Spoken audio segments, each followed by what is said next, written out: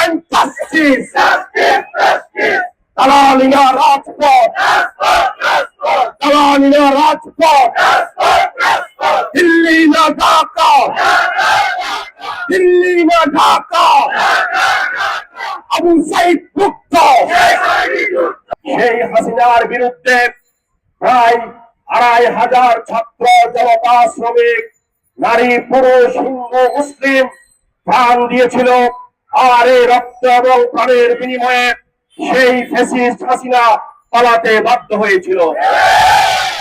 এবং এই জুলাই বিপ্লবের মধ্য দিয়েই এই দেশের মানুষ আবার নতুন করে স্বপ্ন দেখা শুরু করেছিল। এই বাংলাদেশে আইনের শাসন কায়েম হবে, সুশাসন প্রতিষ্ঠিত হবে, একটি বৈষম্যহীন বাংলাদেশের যাত্রা সূচনা হবে। এমন এক বাংলাদেশ হবে যেখানে ক্রসফায়ার গুমের মতো মানবাধিকার হরণের ঘটনা সংঘটিত হবে না। এমন এক বাংলাদেশ যেখানে আর চাঁদাবাজি থাকবে না। এমন এক বাংলাদেশ যেখানে পুলিশ প্রশাসন, সরকারি প্রশাসন তন্ত্র কোন সরকারি দলের লেজুট ভিত্তি করবে না, হিসেবে কাজ করবে না। বাংলাদেশের মানুষ অনেক আশায় বুক বেঁধে 2026-এর 12 ফেব্রুয়ারি নির্বাচন হয়েছে।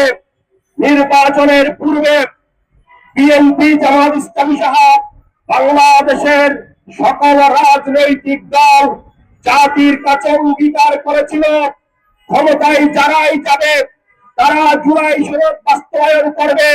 আর জুলাই সনদের স্বপ্ন বাস্তবায়নের জন্য একটি গণভোট হবে। যারাই ক্ষমতায় যাবে তারাই গণভোটের রায় মেনে নেবে। কিন্তু অত্যন্ত দুঃখের বিষয়, বিএনপি ক্ষমতায় গিয়ে তারা গণভোটের রায় আজ পর্যন্ত কার্যকর করেনি। বাংলাদেশের 70% জনগণের রায় গণভোটের ম্যান্ডেটকে বিএনপি পদদলিত করেছে।